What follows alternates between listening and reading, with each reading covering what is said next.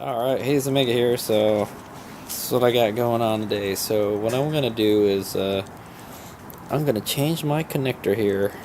So this is a connector, it goes directly to the battery, and what it's for is, what I use this for is to jump the bike if I need to jump. And I use these little these LiPo battery packs to jump my bike, just in case, on the road. It's always like, oh yeah, maybe I charge too many stuff and my battery's low and I charge it, or it's cold, it doesn't, when it's cold it doesn't want to start so easily because the battery, electrons flow better when they're warm. But yeah, so here it is. So this has what's called an EC5 connector, and today I will be installing an EC3 connector on this. So basically I'm just going to lop this off and then install an EC3 connector, because right now the reason being is I used to have a micro jump starter, and I lost it, and it had an EC5 connector on it. It's a motorcycle. It doesn't really need like super high amperage stuff, so EC3 is perfectly fine. And anyways, I'm using an adapter anyways. The battery I'm using has an EC3. So basically I have a pigtail adapter sorta that converts an EC5 to an EC3, and so I don't have to use that converter anymore. I'm just gonna lop this off and put an EC3 on, and I'm gonna show you how I kind of have it rigged up on my bike. So I have my bike, the Cogent shock that I had that was on this bike is being serviced, so it's so I got the bike apart right now, so it's a good time to do it. Okay, so these are kind of the ingredients I'm using. So these are some EC3 connectors. I don't remember where I got them from. I think I got them on eBay or something. Just Google EC3, and you can use any connector, but these are for like RC. This is what I use for quadcopter. I have a blade. Was it QX3 and or QX2, and it uses these, so I use these. These are very good connectors. These are what you would use for something that's high, that requires a high discharge rate. So anyway, so this is what I've done. So basically this is the plug. So on this one, on this here, you can see there's a plug here, and I've already made one right here. So basically what the plug is it's just the end to the connector here. So what this does is it seals the connector from any kind of dirt or anything, dirt or water getting in there. But you have to take it out if you're going to use the jumper. But so basically all it is the other end of the EC3 connector, and it has the pins in there. And then what I've done is I've filled it with JB weld to seal it. There you go. That's it. That's how you make the plug. So that comes out when you need to use the jump starter. And also, it just so happens I got a shipment of Hobby King batteries today. See, Hobby King. And I got 3 of these lovely batteries here. I forgot how much I paid for it. I think I paid like less than 15 bucks. I don't have a price, it's just an inventory. But I think I paid less than 15 bucks for these. These are like a great value.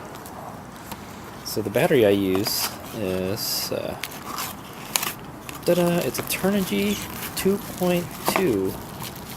It's basically a 2200 milliamperes. Let me get it out of the packaging first. So there it is. It's the Turnigy 2200 milliampere lithium polymer battery. It's a high discharge LiPo, good for 30 to 40 C discharge, so it's can take a big hit. I've started my car and my van with this, so it's a pretty powerful battery. It's a 3S LiPo, and its voltage operates around 11.1 volts. But when it's fully charged, it's like 14 or like 15 volts. So that's more than enough to start the car, and it won't fry your electronics or anything. So yeah, so there's the battery. The only downside to this is you need like a special charger for this guy. So yeah. Alright, so what I plan to do with this is I'm taking this whenever I go on adventure rides. I'm gonna take 2 of these packs with me. They're very small, they're very light, they don't take up a lot of space. They take up less space than a micro starter. Anyway, so I would charge it to its storage voltage. I think storage voltage is like, I forgot.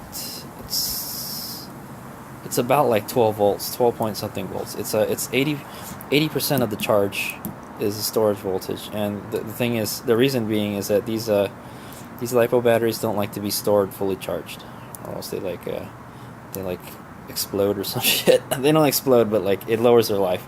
They should be, if you're not going to use them for long periods of time, you should keep it at a storage voltage. And so that's what I do. I'm going to keep 2 of these at storage voltage. It's still enough.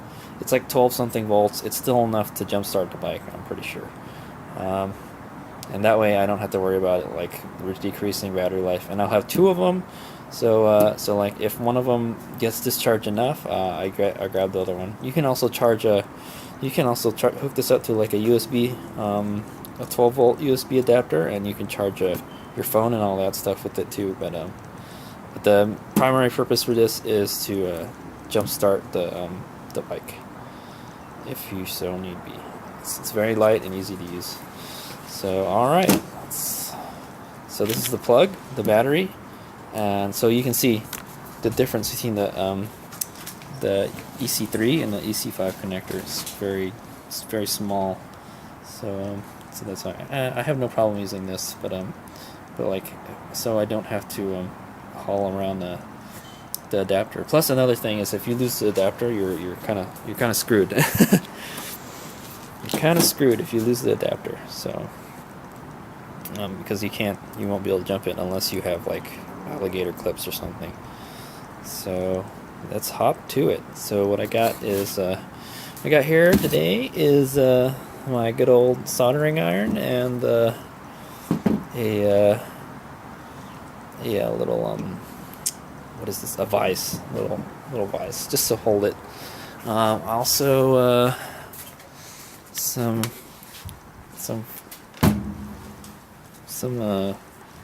lead, or the flux core, rosin, whatever to call it, and some liquid tape. So what the liquid tape is for, so you can see here, see I painted like the liquid tape around the connector here, so to keep it insulated, and it's flexible too.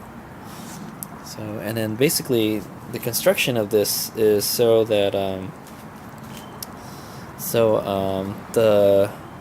there's 2 eyelets here going to the battery, and obviously the red is the positive and the black is the negative. Just make sure you get the polarities right, and then that's it. You just connect it to the battery. That's it. Direct connection. It kind of like it's kind of like those what is that, battery tender. It's like a battery tender, the universal plug or something, or I think it's I forgot what kind of plug they call it. It's like an A plug or B plug or some shit. Alright, so basically I'm just going to lop this off and put an EC3 on it, and that's how I jumpstart my bike. I'll show you what it looks like when it's done. Also, I wanted to note, this is probably like I think it's like a 12 or a 10 gauge wire. It's probably a 10. Looks like a 10. It's a silicone wire. It's what you would use for, like, you know, RC airplanes and stuff and cars. Alright, well, I cut the connector out, so now I just have to solder the EC3s in. Alright, HadesOmega here. So I got it in there. So these are the male ends to the connector. Also, I want to say that this kind of pigtail here is it's not a. I don't think I made this. I don't remember making something like this. I don't normally use this. I don't normally do shrink wrap the whole together. At least I don't think I did. No, I did. This does look like my handiwork, I guess. But I think you can buy something like this already, ready-made already. Whether it's long enough, I don't know. I'm not sure, but So I got it on there. It's been a while since I've soldered these. The EC3s are a little trickier because they're smaller. What I found out the trick is to tin the solder into the pin, and then tin the wire, and then heat up the pin until the solder starts to boil, and then just stick this in there, and then whoop, that's it. It comes out. So that is the easiest way I've found to solder these. I've always struggled trying to solder these on, and I don't know. I just haven't done it in a while. I just need to practice. That's why it takes so long. This one I tried to hold it in the vise together, and then I just tried to tin it while it was in there, and it was kind of hard, and it makes a big mess on the side. You need to keep the sides here as clean as possible. See how this one is still gold and this one is not. So if you manage to get some on the pin, you can use a file. Use a file and file out all that lead, the solder. I may need to do this red one again. I don't know. It depends if it'll snap into the connector. But it's fairly solid. This one's actually pretty good. It's in there really good. So I did okay, even though it looks sloppy. This one looks much cleaner, and but it doesn't seem like it connected that well. So here we go. So I got one of them in there. Hopefully I got it, put it in the right one. So the cool thing is they tell you which one's the negative and the positive. But anyway, this one is good. I got it in there, so all I did was kind of push it in there with this screwdriver, and it snapped into place, and it doesn't come out. So that's good. This one I cannot get in there. It's as I thought. There's too much soldering goop in here that it doesn't want to lock in. So I think I'm gonna have to redo that one. Okay, success. So I did it again, and I got it in there. It's it's in there. I'm pulling it, and it does. The plug does work. So it's basically how it's gonna go on there. So what I'm gonna do now is I'm gonna put I'm gonna coat. See, this one I got pretty good. It's in there. The jacket is inside there, so it seals it really good. But anyway, I'm gonna go put some liquid tape on the on around here, the base here, so to keep moisture and dirt and crap out, so it doesn't short. I know it would just have to be the positive one that's sticking out, right? All right. Okay, there it is. I got the liquid tape on there. I kind of just painted it on there, and I'm just waiting for it to dry, and then put it back on the bike, and that'll be it. All right.